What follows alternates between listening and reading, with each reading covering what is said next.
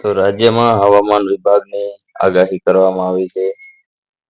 હવામાન વિભાગ મુજબ આજે રાજ્યના વિવિધ શહેરોમાં માવઠાની આગાહી કરવામાં આવી છે. હવામાન વિભાગના જણાવ્યા અનુસાર રાજ્યના મોટા ભાગે વાદળછાયું વાતાવરણ રહેશે.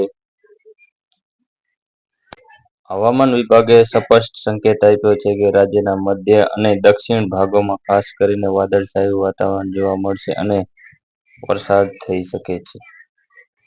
આ વિસ્તારોમાં વરસાદની સંભાવના છે. સાબરકાંઠા અને અરાવલી તથા પંચમહાલ અને દાહોદ અને તાપી, ભરૂચ, સુરત તથા નર્મદા જિલ્લાઓમાં ઉપરાંત સૌરાષ્ટ્રમાં અમરેલી અને રાજકોટ તથા ભાવનગર અને પોરબંદર જિલ્લામાં કમોસમી વરસાદની શક્યતા છે.